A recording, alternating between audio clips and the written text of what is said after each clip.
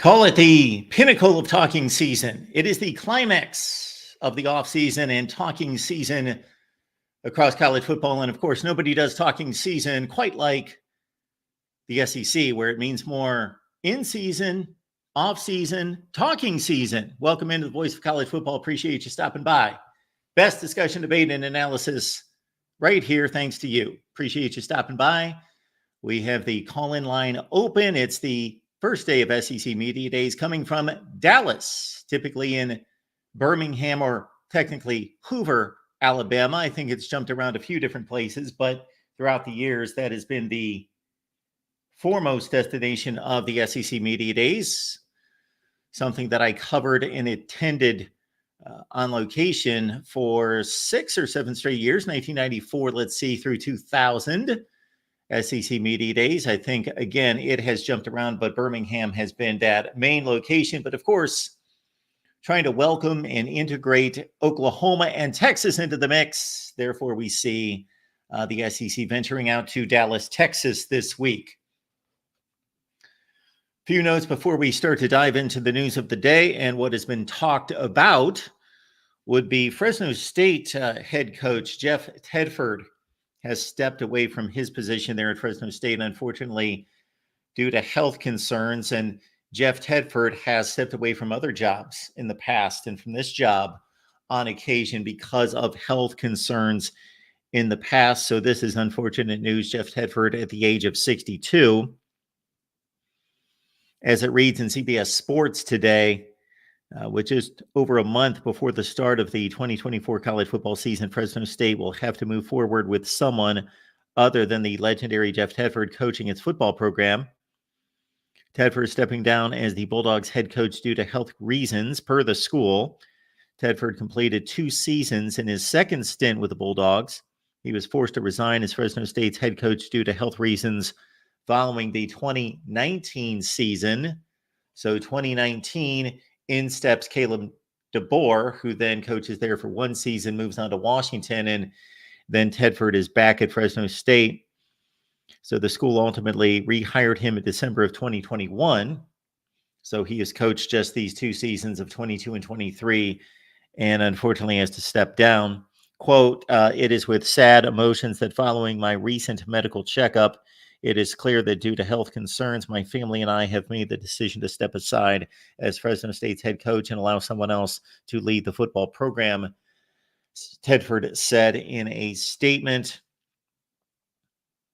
So current assistant head coach and linebackers coach Tim Skipper was announced as interim coach, and he played linebacker at Fresno State from 1997 to 2000. And he's had assistant head coaching positions and other coaching positions throughout the sport since then. Tedford had to miss the bowl game against New Mexico, the New Mexico Bowl last year. 45 and 22 overall, 19 and 8 over the last 2 seasons. So again, a tremendous football coach, and we wish him the best because that's much more important than football. Jeff Tedford needing to step away. Health concerns again for him. So it's obviously come to a place where he does not believe that he can fully manage and lead the football program. So again, our prayers go out to Jeff Tedford and his family.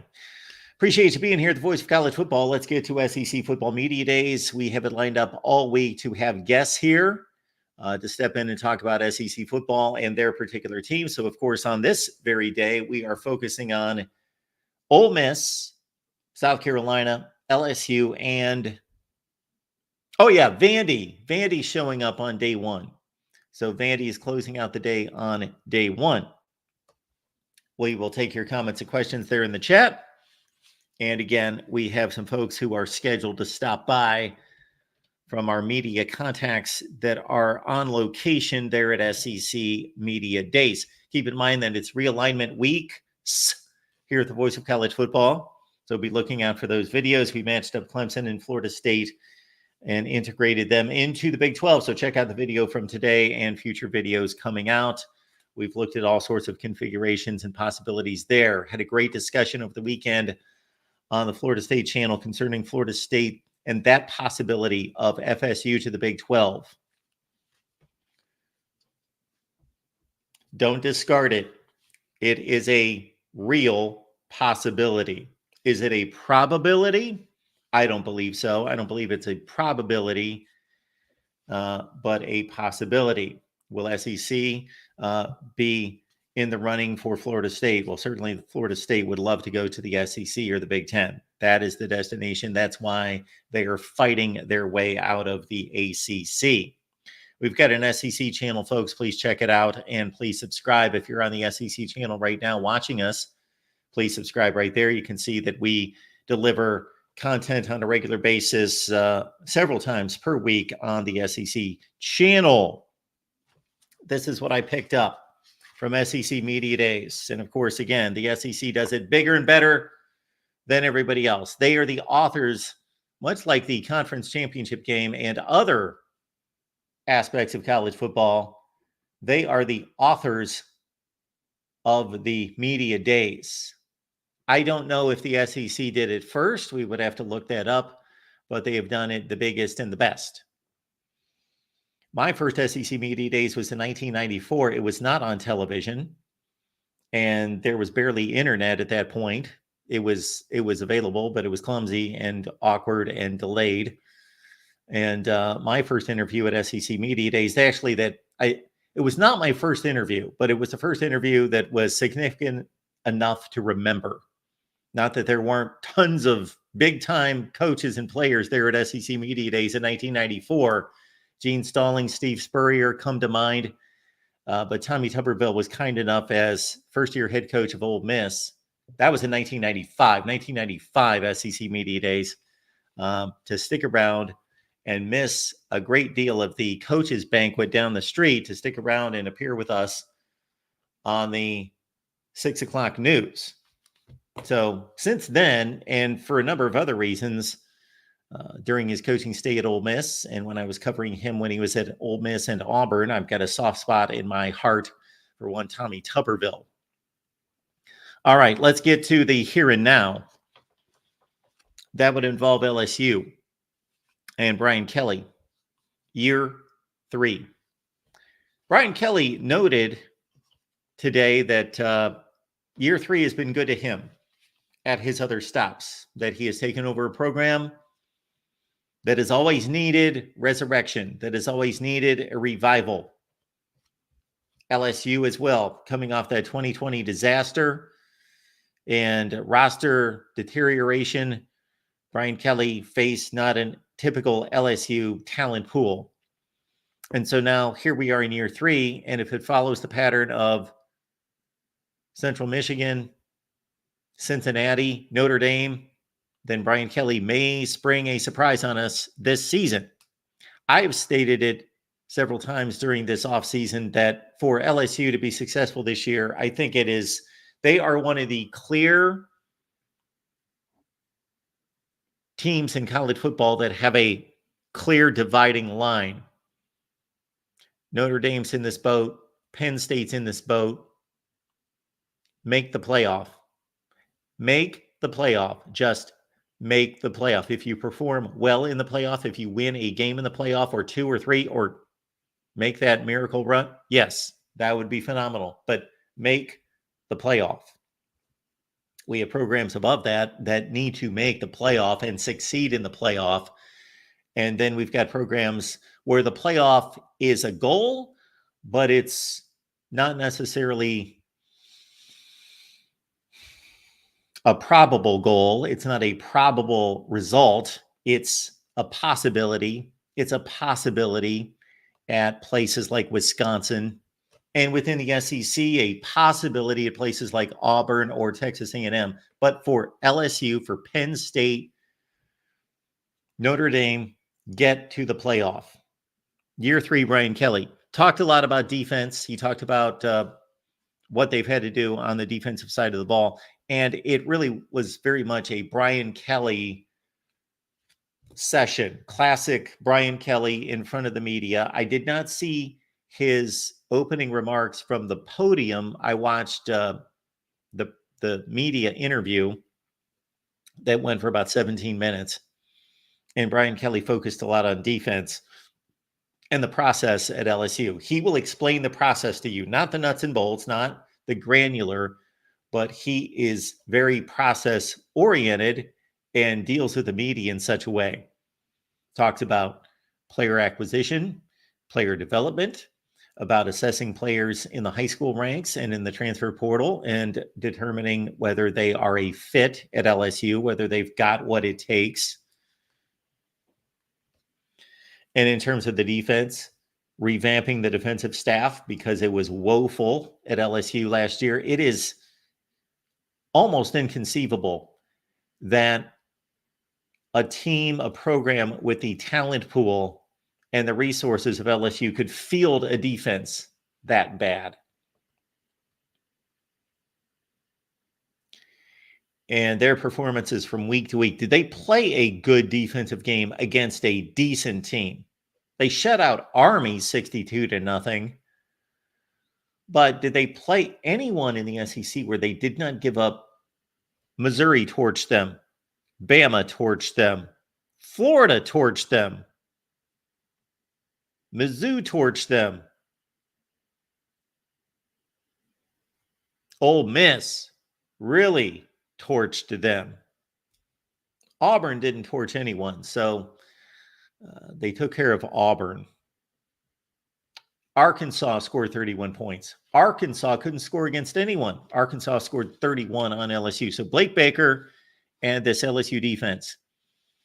Brian Kelly talked about year 3 accountability, that the USC game will be a show-me game that is going to show a lot about his football team and who they are. We heard from Garrett Nussmeier, the new starting quarterback. Brian Kelly said he can't be Joe Burrow or Jaden Daniels.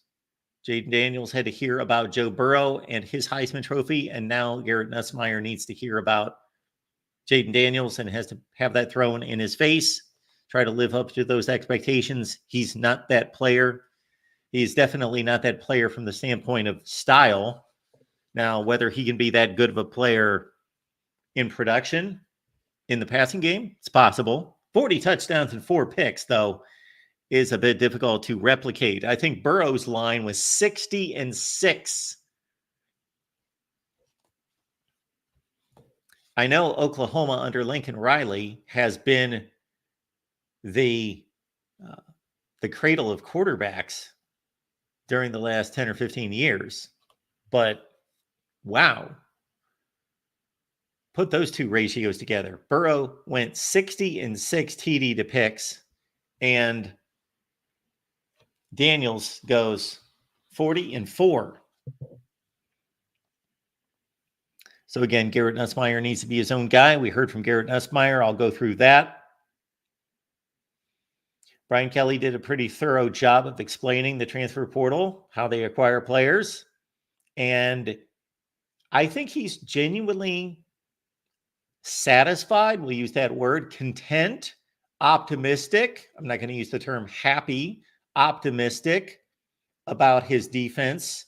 He went through a number of players in their second seasons, whether that's guys right out of high school in their second seasons as sophomores or redshirt freshmen, and then guys through the transfer portal that he believes, okay, this guy was a freshman last year. He developed really well. He's ready to make an impact. Transfer portal guys, even maybe from a year prior, that are ready to make an impact after now development. Harold Perkins. The topic of Harold Perkins is probably the most talked about topic in Louisiana, I would think, these days. How to use Harold Perkins? Well, they bulked him up. He is about 10 or 12 pounds heavier. He says 225, and I guess he was 210, so 15 pounds. And he's going to play on the inside. I don't believe that's the spot for him, but Blake Baker knows better, and LSU knows better. I just watched the guy play, and I think 2 years ago, he was a wrecking crew. He was a game changer. He was the best defensive player in the country. And he was not the best defensive player in the country last year, largely because he was confined. But they believe that is his best destination for this team, or more so, Brian Kelly talks about his NFL potential, and that's where he will develop the best to play in the NFL, is on the inside. I don't know that Brian Kelly is being paid to produce NFL players. That should be the byproduct of winning games and having great talented players that you sign and then develop. But that is the game plan for Harold Perkins. On the offensive line, Brian Kelly said that their offensive line coach, Bo Davis, has made it a goal to win the Joe Moore Award. Put up the plaque, put up the whatever to notify everyone in his office that they want to win the Joe Moore Award at LSU. And by all accounts, they are prepared to do it, and they are good enough to do it. We heard from Harold Perkins, the percolator. So I guess this guy's got like a zillion nicknames. And so the media threw a few more at him that he didn't seem to care for. But percolator seems to be the one that he goes with. And again, he is 15 pounds heavier this year, but that is apparently not going to hurt his explosiveness. Garrett Nussmeier, presented with a question about transferring.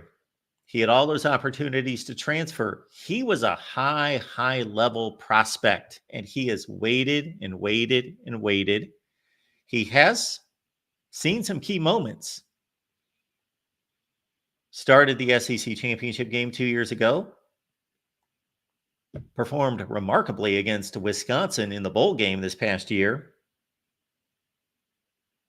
Put up jaw-dropping statistics in that game. Looked great. He came into an Auburn game late. He came into the Bama game last year in the third quarter when Jaden Daniels went down. And he's been hit or miss in those opportunities. He's looked really good. Again, the Wisconsin game in particular, but he's let them down a few times in relief. He went to the Peyton Manning, it's the Manning Academy. It's not the Peyton Manning Academy, but talked about what he learned there. Building relationships with his teammates throughout the season being the most important thing. And again, with the opportunity to transfer, and what most quarterbacks would have done would have been to transfer. But he said he believes he did what God wanted him to do, to stay there, stick it out, learn, grow, and he trusted God, and this is the result. So he's the starting quarterback this year, of course. The Oklahoma media showed up for sure. Every player, I watched 4 or 5 player interviews, and the coaches and the Oklahoma media, they have descended on Dallas. They are there. These players are getting hit with the first questions about Oklahoma. Garrett Nussmeier, Oklahoma is going to enter Tiger Stadium, Death Valley, for the final game of the season. Can you let us know what that's going to be like?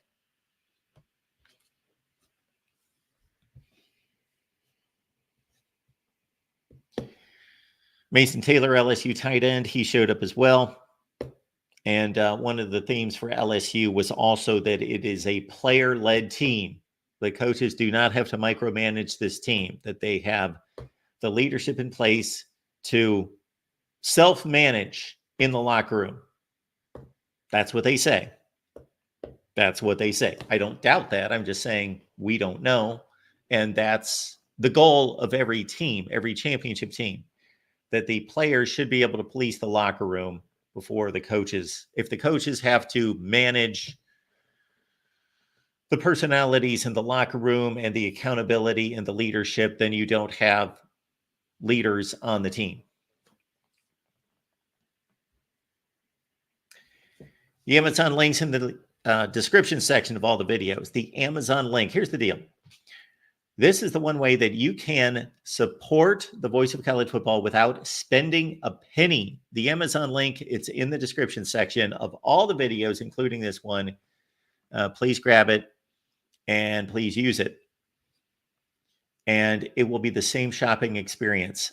I guarantee you, you will not have an issue with it it will serve exactly as the link that you use right now to enter Amazon. It will keep track of all your purchases, and it will recognize that you are the person that's logging on with an Amazon account. All of those things are transparent.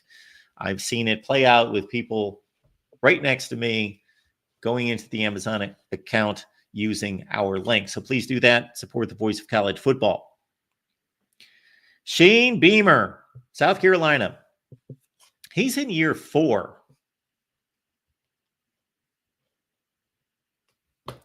I believe I produced a hot seat coach video this offseason. I believe I did. I usually do. I think it's out there. And I sure should have put Shane Beamer on it. I probably did. It is year 4, and he went 5-7 last year.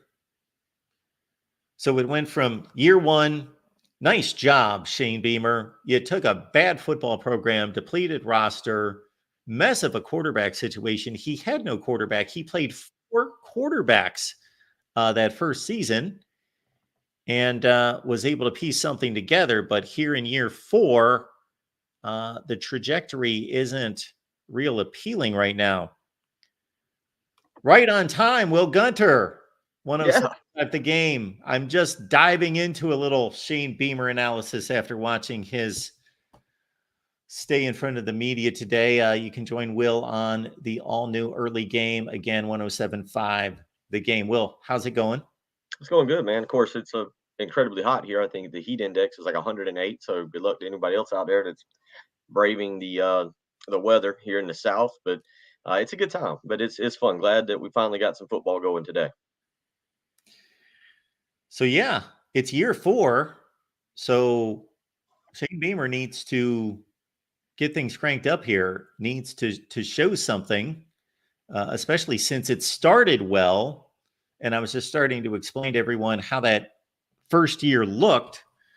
And considering the depleted roster, he did a great job. And then they take off in year 2 and it's better. And then last year, sure, you can look at injuries and other things, but with a quarterback who did more than anybody you would think of will be able to do today on this roster, only 5 wins. So your thoughts about Shane Beamer and what he had to say today? Well, number one, I think in terms of just talking about Shane Beamer, it is an important year. I don't think he's on the hot seat. I think anybody that's taken it that far is being a little overreactive and dramatic. But there is no doubt that South Carolina has to get back to a bowl game, whether that's 6 wins and winning the bowl game to give himself a above 500 year, or getting to 7 wins. I think 7 is when it's all said and done. You've got to reach 7. So again, maybe that's 7-6 or 7-5, and then maybe go win the bowl game and get to 8. But last year obviously was a massive disappointment. There's no other way around that. They blew a game, absolutely blew a game to Florida that they should have won, that would have made them bowl eligible. Give up a 4th and 17 there, and actually had the ball thrown behind the line of scrimmage and should have made the tackle, but didn't manage to do that. And then the Clemson game, really, it was there. It was a great opportunity for them to pick up a second victory in a row over Clemson and really establish some dominance. And they opened that game by throwing a backwards pass that is dropped, that Clemson picks up and runs in for a touchdown and completely takes all the air out of the stadium. So you are right. This is an important year, but again, it's not one. I don't think if he were to go 5-7 or 4-8, I don't think that would get him fired. I think he's got another year that he will get to have. But I do think you have to look at the results of the games. You can't go 4-8, basically lose 8 conference games, or lose 7 conference games and 1 to Clemson, and in those games get blown out. It might be a little bit different if you lose 6 of those by, say, a touchdown and you look competitive, because there are some pieces on the roster moving forward that are very nice. And then as far as today, I quite frankly have no idea what he said. The opening statement was 17 minutes. I think he repeated himself twice. He took questions. I liked what he did, but he was up there, I think, a full 32 minutes, and I'm not sure what we learned, if anything, from Shane Beamer today. It was funny, Will, because in searching for various clips online, I clicked on last year's news conference and listened to it for about 30 seconds before I determined, okay, this is last year. But he said, my kids were all over me because I was so long-winded last year. I'm going to keep it down because I got just nailed for being up here forever. So I'm going to keep it tight. I'm He like, didn't do it. He made mention of that in the press conference. He actually said that he I think he won the award for longest opening statement last year, and said he's going to try and keep it um, a little bit shorter, and then promptly went about another 7 minutes to get to that 17-minute mark. And again, I will, in all seriousness, I do like how he handled it, because I think this is a team, and I've said this from January. South Carolina has been very good in the past with their creative team, putting out Twitter videos and promoting the program and showing the chemistry that the program has, and how those guys are coached. When you go 5-7, fan base doesn't want to see that. They don't want to see you having a really good time at your facility. And I've also said that I don't think they need to brag on anybody. They need to let these guys go out and kind of earn their reputation through games, and kind of the same thing with the team. So they've done a good job, I think, this offseason of kind of staying quiet, of not putting out all those videos. They would have one of them. Again, I think they played hide and seek in the facility 2 years ago. They put out one that was kind of the Full House video. They put out one that was kind of like The Office. Was it 2 years ago in Atlanta? He had the one where he put the shades on and danced around before he came. I really applaud them, because I feel like they've read the room, if you will. They understand, hey, we kind of need to back this down and win football games. And then I think also today he did a good job of not trying to oversell Lenora Sellers. He did a good job of not trying to oversell his defense, which actually should be better. He did talk about them adding depth there, but he didn't try to oversell us on a player, on a position grouping, of anything of that nature, which I think is a really good thing. I think that's what they have to do. Now we're going to get him um, locally next Thursday. I think the 25th is what it is. They do his media golf outing, and so we'll hear from him again then. But I do commend him. He was long winded. That's why I say I don't know what we learned, because he somehow got 30 minutes in there, but it was the way it should have been. He didn't need to overhype this team, and kind of build up anticipation. You just got to go out there and let them play starting August 31st. well, you brought up Sellers. So they go from a much different quarterback situation last year, established starter, veteran, pocket passer, guy who's got an NFL future, to an athlete. And Shane actually mentioned, hey, we've got 4 athletes at quarterback. It's just a much different situation, and it's good to have athletes at quarterback. So is this Sellers and that's it? Or are they still determining what they're going to do and he still has to fight for this job? Yeah, privately, it's going to be Sellers, and that's the direction they're going. Publicly, I'm sure we'll hear a little bit more that it's an open competition. He did name Lenora Sellers the starter at one of the club meetings that they go to, kind of in May. But it's pretty well known that it's going to be Lenora Sellers, the guy for the first few games. And how does he perform, and really kind of go out and make things happen? I mean, this is a young man that, again, he in talking with people that I still talk with in recruiting, he got an injury his junior year, didn't get to play, came back his senior year, had incredible stats. I think it was over 50 touchdowns and 2 interceptions, led his team to a state championship, didn't go to any of the camps. A couple of people with 24/7 Sports that I still deal with think that if he'd have been seen, he could have ended up being a 5-star quarterback. And then, as well as that, the couple plays we have seen him play last year, he made, I granted, it was against Furman and Vanderbilt, so we don't want to get too carried away, but he did make some really, really good plays in those 2 ball games that have caught people's attention. It's going to be exciting to see him. I do think having a guy who can run, having a guy who can get out there and run around is going to make a massive difference, as opposed to Spencer Rattler, who could beat you with his arm, but wasn't necessarily going to beat you with his legs. Is this team going to be stout enough up front on both sides of the ball to compete? And obviously, we need to see it, and you can't necessarily answer that question. But do you get strong indicators that they're better than what they were last year? Yeah, there's 2 parts. There's 2 parts to that question, and I'll start with yes. And I actually think they've recruited really well along the lines of scrimmage. You look at it, they had Tree Babalade, who was a big time 4-star recruit 2 years ago. Trovon Ball started a lot last year, was a 4-star recruit. The best offensive lineman, Marquis Anderson, got injured and didn't get to play very much last year. That was 3 4-stars they brought in. Then this past year, they brought in a 5-star tackle in Josiah Thompson. who was an All-American, is really well talked about and known about. But with all that being said, the biggest concern is not the talent, I think. The biggest concern is the strength and conditioning program. You look at the last 2 years, I think South Carolina's been okay on the offensive line. However, they haven't been able to go out and push around Eastern Illinois and Georgia State in openers. Last year, they gave up 7 sacks in the first half. They haven't been strong enough. It's been to me, it's not a talent issue, it's a strength and conditioning issue. And right now, there you go into the SEC, you've got to spend your off season really getting bulked up, getting strong, physically strong to handle these SEC defensive tackles and defensive linemen. And as I had one person down there that interacts with the team said, they all look great. They can all go to the beach and pick up women, and it's a fantastic, great looking group of offense and defensive linemen. But that doesn't mean they're strong enough to handle defensive linemen in the SEC, and that's what has got to be fixed. That's what I'm interested to see early on in the season, because you look at those first 3 games with Old Dominion, then you get a physical Kentucky team. LSU's physically imposing, and they're going to come in big, bad, and strong. South Carolina's got to be stronger in it, and so that's what I'm interested to see with the strength and conditioning program. Will Gunter hosted the early game on 107.5 The Game there in Columbia, South Carolina. So whether it's the other coaches and players that hit the podium today from Ole Miss, Vandy, and LSU, or it's been a while since we talked to you, Will, anything in the offseason around this league that piques your interest that you think is intriguing? Well, I think the continued discussion of the 9-game conference schedule for us, for South Carolina fans, since Clemson is a rival and they're not in conference. If you went to the 9 games, now you would look at South Carolina essentially having a 10-game schedule. And what do you do with those other 2 games? Do you schedule cupcakes to try and pick up more victories to get yourself an opportunity to be in a college football playoff or even a bowl?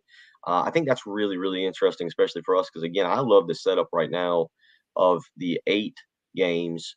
South Carolina typically plays another good opponent. This year they actually do not, but they typically play another really good opponent, such as next year will be Virginia Tech. I think they've got North Carolina State lined up in more years to come. Miami is lined up in a couple of years. And with all that being said, what I think that's really, I do think that's where it's going. I think 9 games is where it's going. It's what I expect, but it's going to be really interesting. And then as far as that, it's just continuing to watch Oklahoma and Texas come into this league, and I'm really fascinated to see how Oklahoma in particular handles it, given that they lost Dylan Gabriel, who transferred to Oregon. They lost a bunch of offensive linemen. I know Brent Venables has been here, but I'm really intrigued to see if Oklahoma can step into this league and be the powerhouse that they've been over the last 30 years. Will, what's going on mornings there at the game there, 107.5? Yeah, we're now in Florence, South Carolina. We're in Myrtle Beach. We're hoping to enter a new market in the next 45 days, I guess, and so excited about that. But other than that, we are right now rolling right along. Obviously, we'll spend a lot of tomorrow morning discussing what we think we heard. We actually did a coach's bingo card because, as I've said, this is the most boring event that we have to talk about because coaches have become so uptight about saying something. We laughed this morning a good bit last year at this event. Tonka Hemingway, the defensive lineman, got a very innocent question. Hey, what are some of the toughest venues you've been to in the SEC? Well, he leaves out Georgia. I mean, he didn't mean to, just left him out. He'd only been there once. So South Carolina went back to Georgia this year, and Kirby Smart spent the entire pre-game week leading up to it saying, "Oh, this guy doesn't think our environment's difficult. Fans need to show up." So it's one of those things you get the SEC media day and you don't say anything. So we had a coach's bingo card today to see what cliches they would hit, and I think Shane did a good job of hitting just about every one of them. Yeah, it's a bit robotic, but the SEC, it just seems to get bigger and better every year, or bigger every year for sure, in terms of the scope and the magnitude and the media coverage and the whole deal. Will, we appreciate you stopping by, breaking things down for us. Always glad to do it, man. Y'all take care. Will Gunter, the all-new early game there on 107.5 The Game. We've known Will for a long, long time and appreciate him stopping by, breaking down South Carolina football. And again, on 107.5 The Game, they do that each and every day. We heard that Shane Beamer is leaning a little on Dawn Staley, the women's basketball coach, to bring her in to help with recruiting, that she's become such a star that lot of the recruits ask to meet Dawn Staley and speak with her. So he has to set aside time and try to book time with her to speak to the football recruits. So that is the story from South Carolina. And again, my take on LSU in particular. We also had Ole Miss at the podium and Vanderbilt, and have not heard anything out of Vandy or Ole Miss myself in particular. We should have an Ole Miss report forthcoming. When I think Vandy and SEC Media Days now, I think two things. First thing that comes to mind is something that's been going on for years. If you see the schedule that comes out for SEC Media Days, Big Ten Media Days, fill in the blank. The ACC kickoff, we had the Big 12. I would think it would be less so with the Big 12 because of the parity in the league and the parity of levels of play and levels of program and brand. But certainly in the SEC, they sandwich the bad programs. They sandwich the bad programs with the great programs, and they balance out the days. You're not going to load up Vandy, Kentucky, Missouri, and Arkansas on the final day, because 90% of Dallas will be empty and they will leave town. The media will be gone. They've got to strategically place the programs in a certain way to put Vandy in there with LSU and Ole Miss. That helps Vandy today, that people stick around and will listen to Vandy on a Monday when everybody's charged up. By Thursday, the place is going to be a bit drained. The vibe, the energy is going to be a bit deflated by day 4 on Thursday. So that's the one thing I think of when I think Vandy is nobody wants to stick around for Vandy. I remember, again, doing this for 7 consecutive years, going to SEC Media Days, and it was no different then. 25 years ago, Vandy was the least draw. And so they had to sandwich Vandy in between Alabama and Auburn, for example, to make sure people stuck around for Vandy. The other thing I think of when it's Vandy and SEC Media Days is the statement that Clark Lee made 1 year ago at SEC Media Days. Now, this was after he might have felt a little, there might have been a little chest pumping here, might have felt really good about himself and his program at the time, because they had just come off wins in November over Kentucky and Florida. They beat Kentucky and Florida at the end of 2022. So he goes into 23 Media Days, and Clark Lee states, and I know he didn't mean it this way, but he didn't explain himself, and this is how he stated it: we want to have the greatest football program in the country. I think he meant in totality, meaning that if you've got the highest GPA and you've got some amazing culture, however that could be determined or evaluated, and then on top of that, you win 7 games at Vandy, you can call yourself the best football program in the country. But that has stuck with me. I found that rather amusing. We had a caller for a minute. They have dropped off. Unfortunately, we had them come in at the same time that we were talking to Will.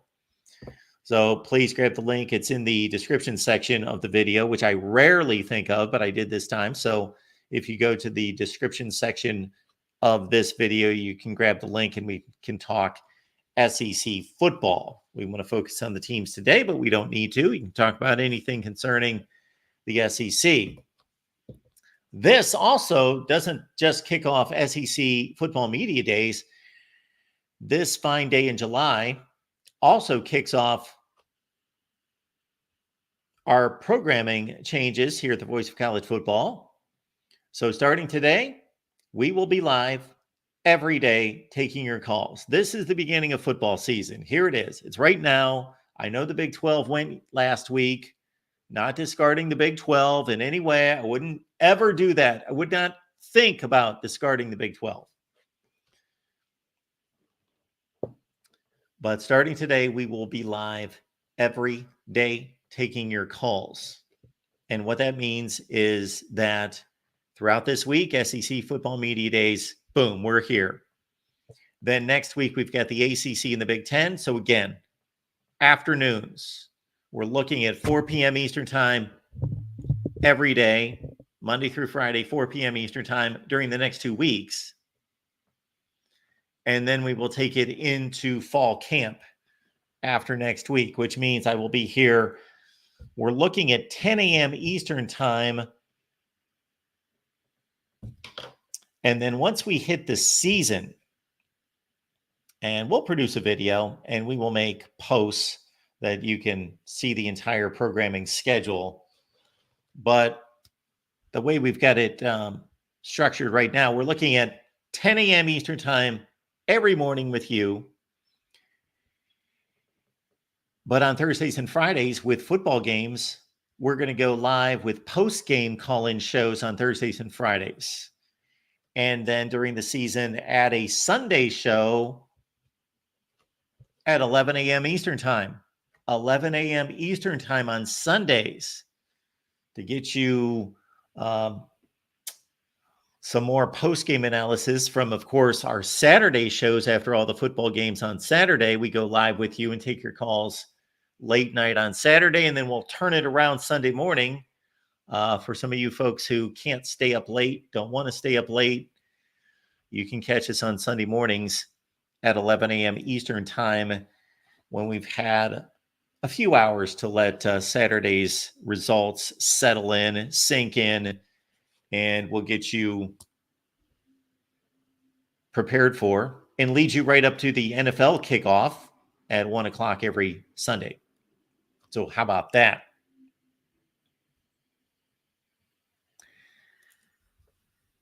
Mr. Jackson Johnson stepping us for it again, as he typically does, has gifted a football, Voice of College Football membership. Thank you for that, Jackson. So very kind of you. Jackson is one of the key components to our new X launch. Check it out here at the Voice of College Football.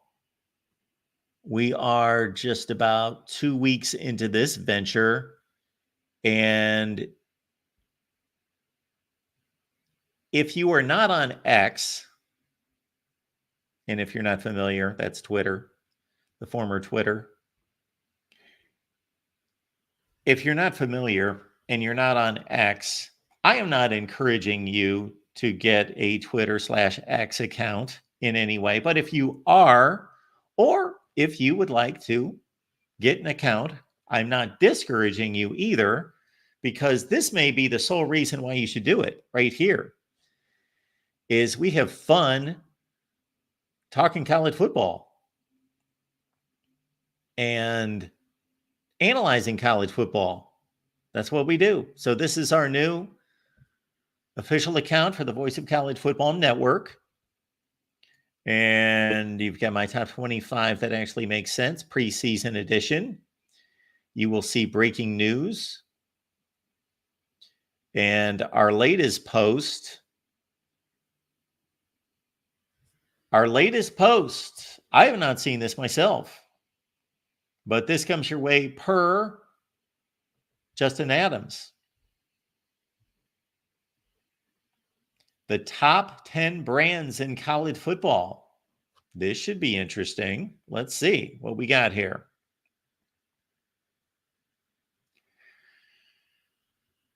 Now, of course, when you say the top 10 brands in college football, that is certainly up for interpretation of what a brand is. Should have an idea of what that is. But that could be taken in a number of directions. So, according to Justin, Alabama's number 1.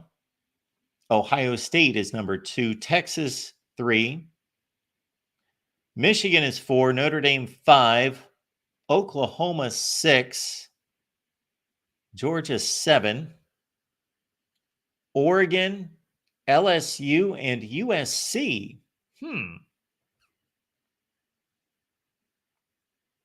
How do we feel about that?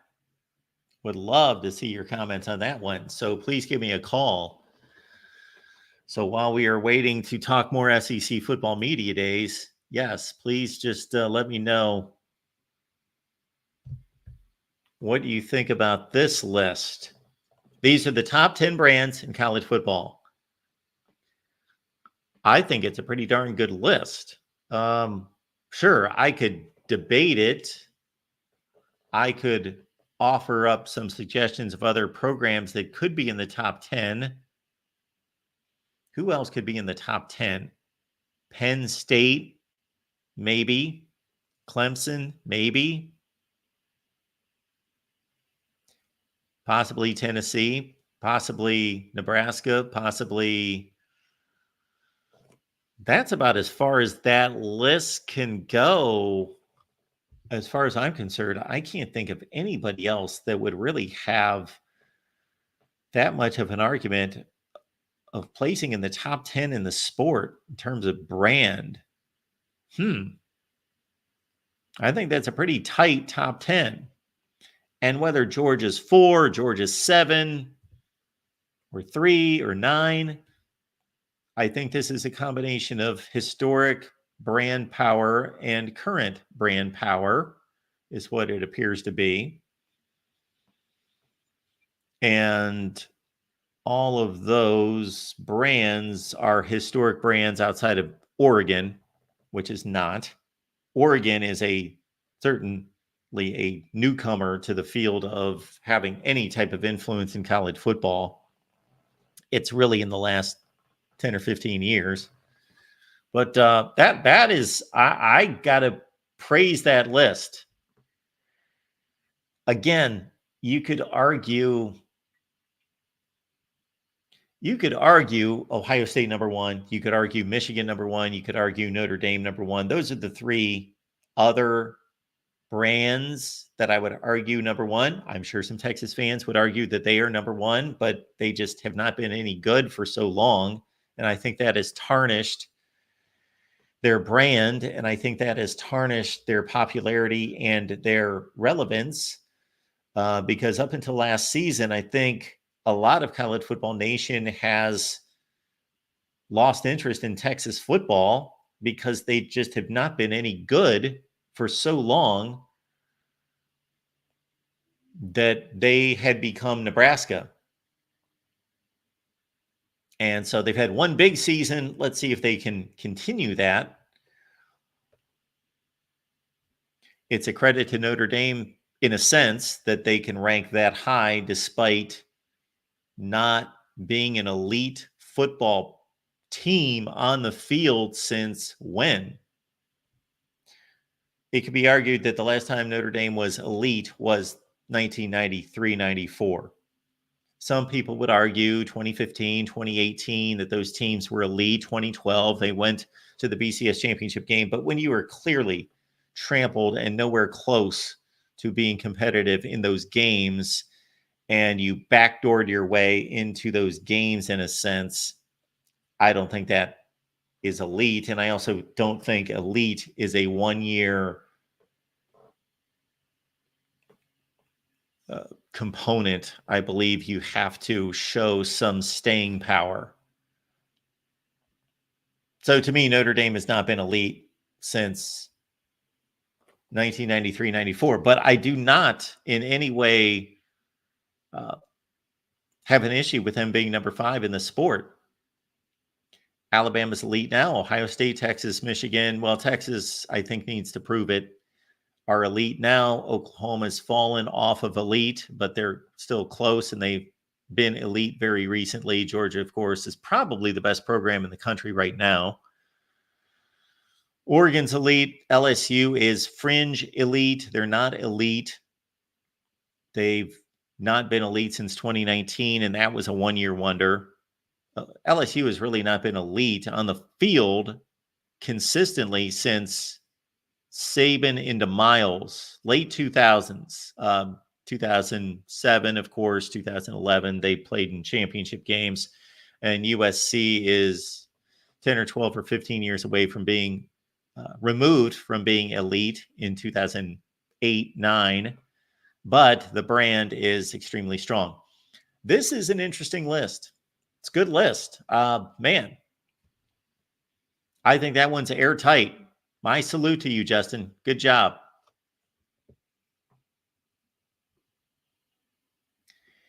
Matthew Miller stopping by with this one.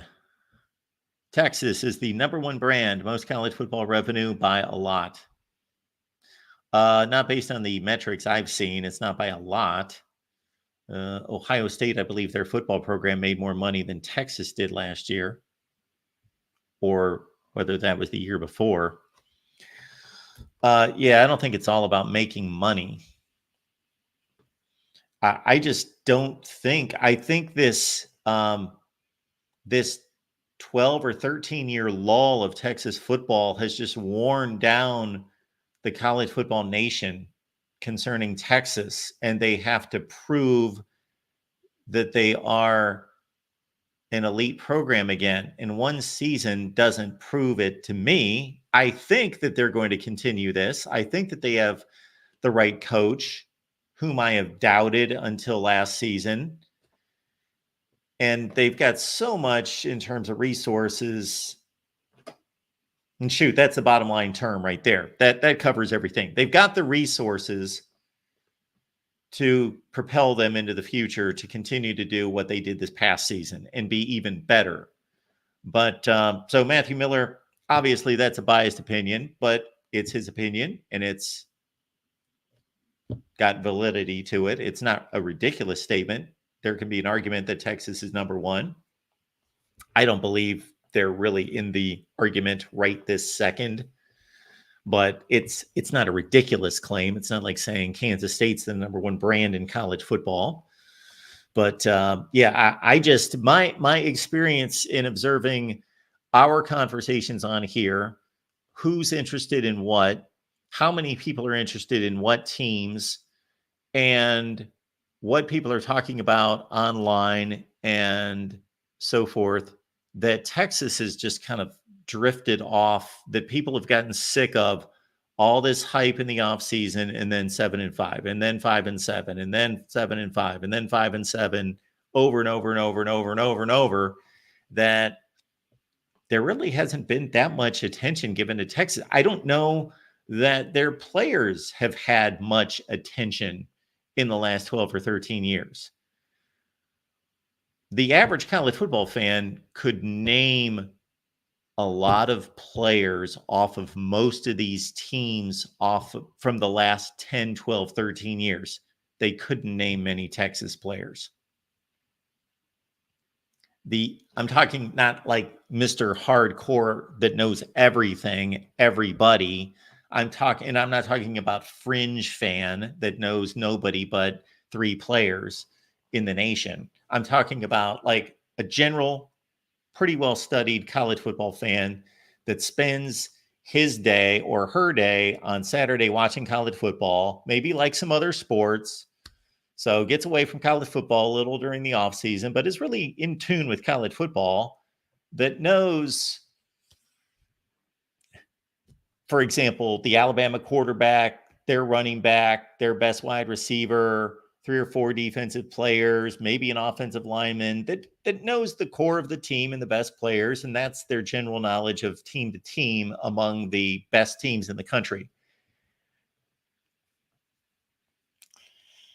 There aren't that many players that people have known from Texas in the last 12 or 13 years.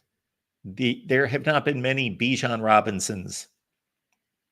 So, yeah, to me, Texas is not the number one brand in college football. To me, it's an argument between Alabama, Ohio State, Michigan, and Notre Dame.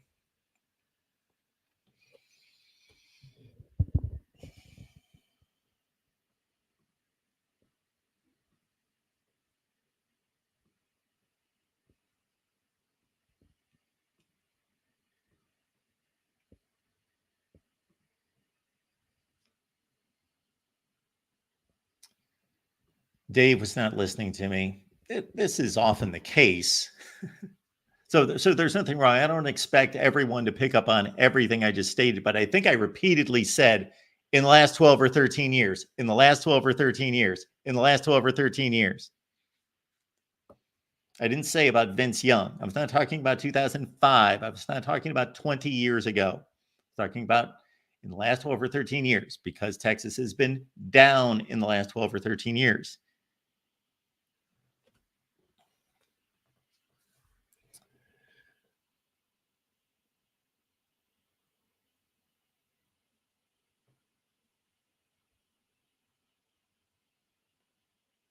Oh, well, Dave, I apologize if I took your comment the wrong way.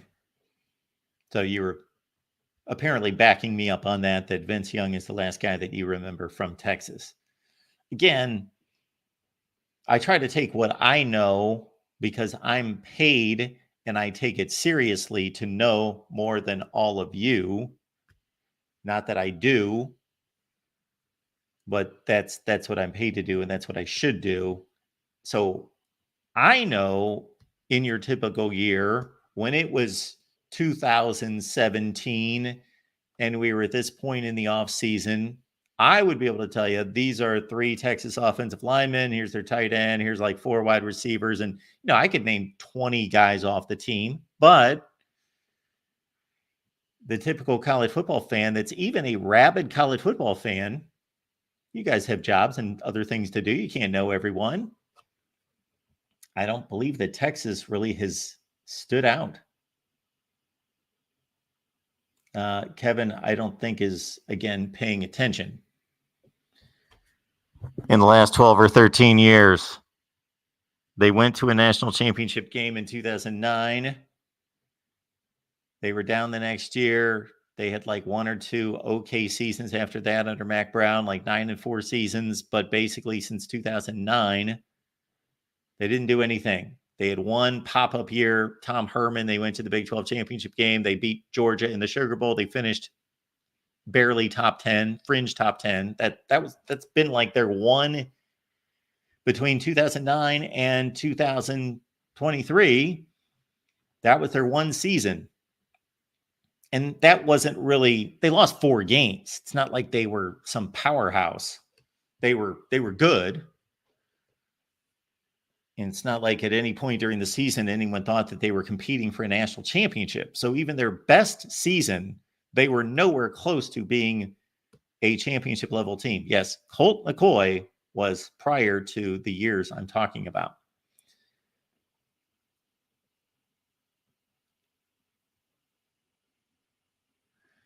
So look at Dave. If we use Dave as the barometer, he can name a few players on the Texas team now. So they're trending in the right direction.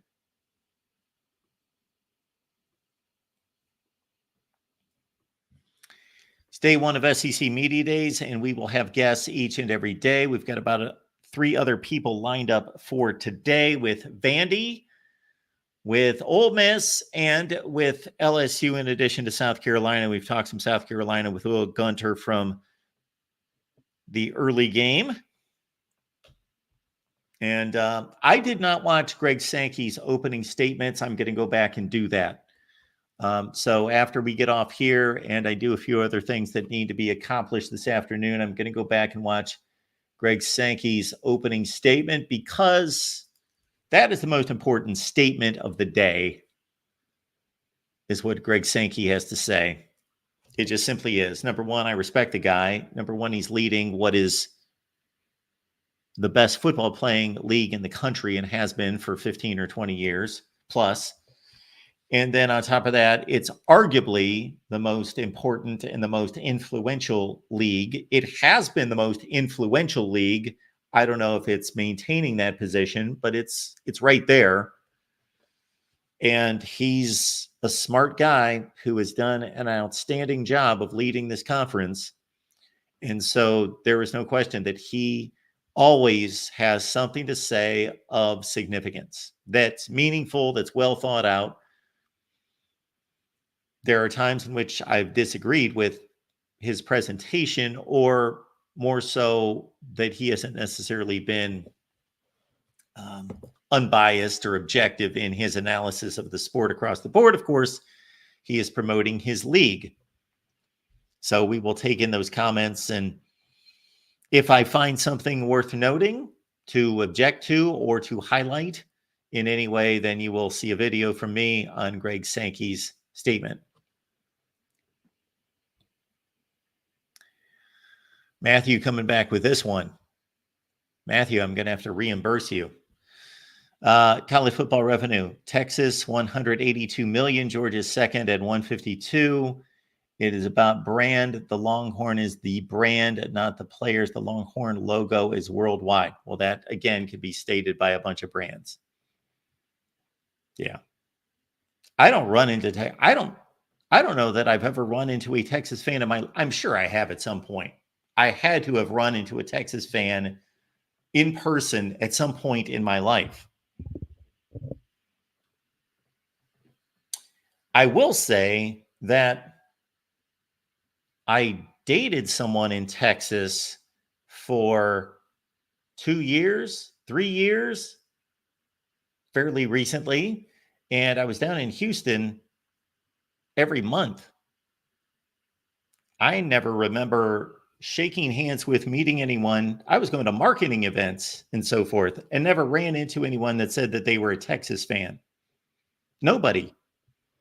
They were Astros fans, but I did not run into any Texas fans. I can't think of a Texas fan. I know that they're out there. I know this is anecdotal evidence. I'm not saying it's scientific. I'm just saying, of course, based on where I've lived, well, when I lived in Connecticut, I don't know really that I ran into college football fans, period. Of course, in Ohio, I'm running into Ohio State and Michigan fans all over the place. When I was growing up, there were Notre Dame fans all over the place, in addition to Ohio State and Michigan fans. But I've spent time in Colorado, ran into all sorts of different fan bases out there that I can think of. Spent a lot of time in the last 10 or 15 years in California, and ran into USC and UCLA fans and other fan bases. But I don't know Texas, a Texas fan. Worked at ESPN, tons of college football fans there. I don't remember anyone being a Texas fan. Again, I'm sure it's happened in my life. But yeah, Texas is not the number one brand in college football. They may make the most money, but and that's part of the argument. I can understand that being a pragmatic, and it's a statistic, it's a fact, and that's what we major in here at the Voice of College Football.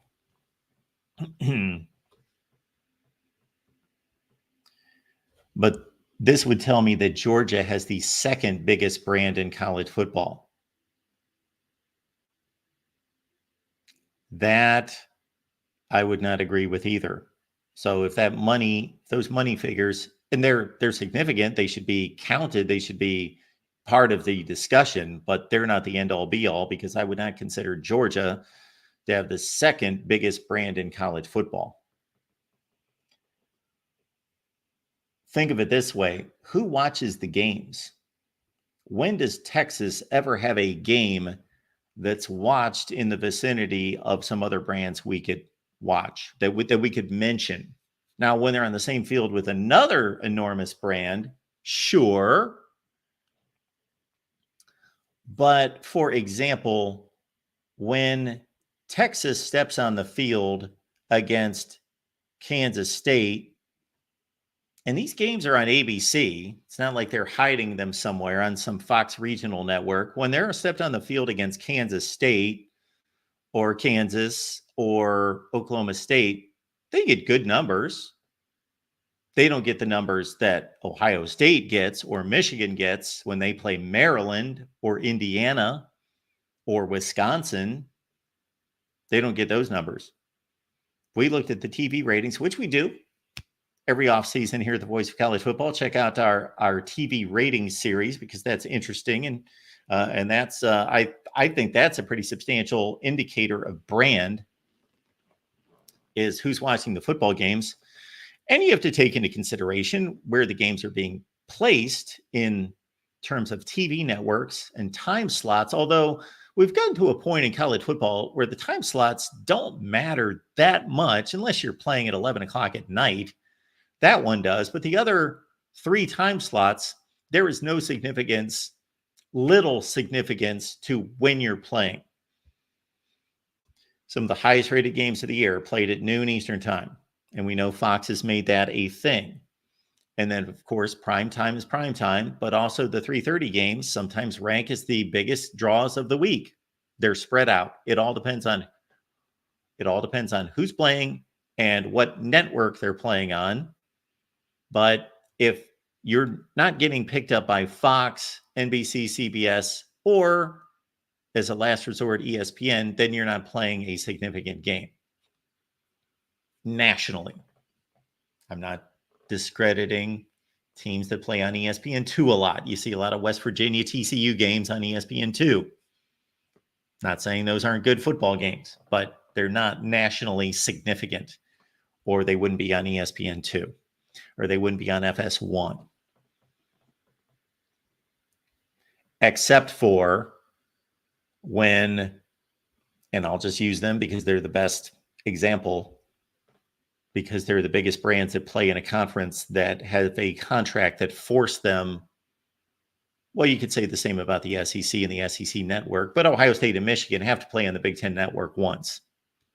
So even that game that they play on the Big Ten network is probably coveted, even though it's not a good game, to be placed on ABC.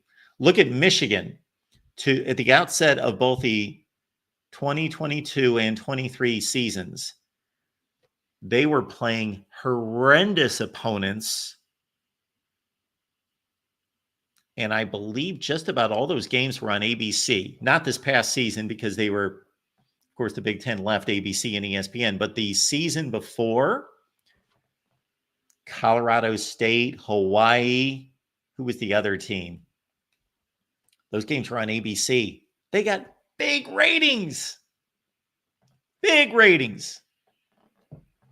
More people watching Michigan play Hawaii and Colorado State than watch Texas play Kansas State or Oklahoma State. Really good teams.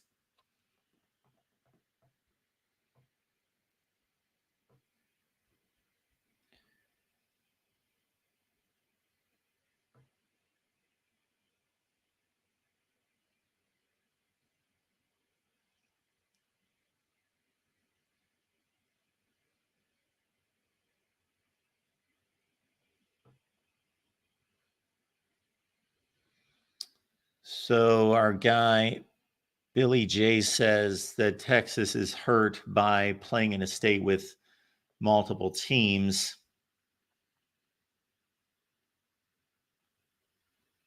I guess. I would think that if you're a TCU fan, how many times does Texas play opposite TCU, Baylor, Texas Tech, Houston? And what real drain does that put on the Texas viewership? I don't know if those programs together exceed Michigan State by that much. Michigan State probably puts bigger drain on Michigan than those other schools. Nobody's watching Houston play football. All right. Did not expect this to be a brand conversation here.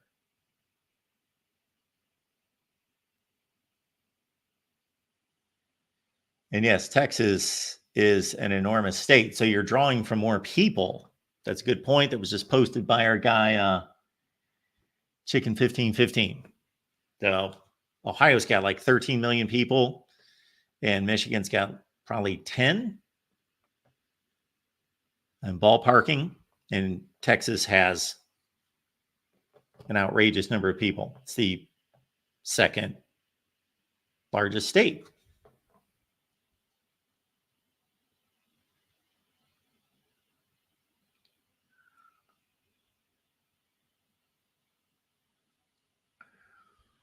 All right, folks. Do appreciate you being here at the Voice of College Football. And we were hoping to get a check-in from Ole Miss and from LSU and another SEC media person checking in. Let me see where we stand on any of this.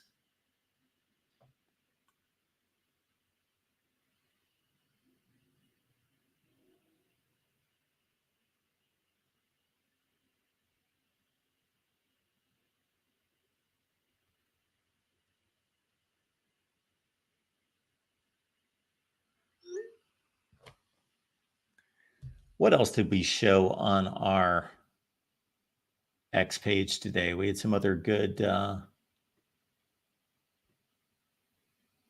engagement here. So again, if you're just joining us, this started a bit of a debate. The top 10 brands in college football per our Justin Adams did not put Nebraska in the top 10. So let's give Justin a pat on the back for that. Bama 1, Ohio State 2, Texas 3, Michigan 4, Notre Dame 5, 6, Oklahoma, 7, Georgia, 8, Oregon, LSU, and USC to round out the top 10. Look at that guy. That's our lineup today. We've got the Texas Live Show with Matthew. You can join him there. You can argue about brands in college football. You could do that as well. That's at 7 p.m. Eastern Time over on the Texas channel. Please join Matthew. He is just a stalwart when it comes to Texas football knowledge. So he will be getting you all up to date on recruiting and prep for the 24 season and fall camp, and may approach the brand discussion and debate. We got our Trojan Conquest live show with myself, Tim, and Matt coming up at 10 Eastern, and Joey's got some trivia for you at 10:30 on the West Virginia channel. We are just 40 more days until week 0. Luke Kuechly, thank you so much for that. 40 days until kickoff. Florida State, Georgia Tech. If you've got a favorite number 40, let's have it. Favorite number 40. And then some of my favorite posts, at least that I create, I just kind of come up with these statistics myself. And this is the latest one from yours truly. It has to do with Clemson dominance from their heyday, 2015 through 20. And I just started to, it hit me, and I thought, I'm going to run through some of these numbers. I was actually doing work for one of the realignment videos. I think I was going through Clemson's run against the Big 12, which they've only played 6 games since 2000. And then it struck me, I thought, man, Clemson, they have just scheduled a ton of SEC teams because they play South Carolina every year. They've scheduled Texas A&M and Auburn, and of course, playoff games against LSU and Alabama. And so I thought, yeah, they did rather well against really good teams. Look at that. From 2015 through 20, that's 6 seasons, 11-3 against the SEC. And sure, South Carolina's in that. So South Carolina accounts for 5 of those. So 6-3 against everybody else. But still, they're playing great teams. Those teams went 1-10-35 against everyone else. And they also, against excellent Ohio State teams, some really good Notre Dame teams, went 5-2. And that's how good that run was with Deshaun Watson and Trevor Lawrence.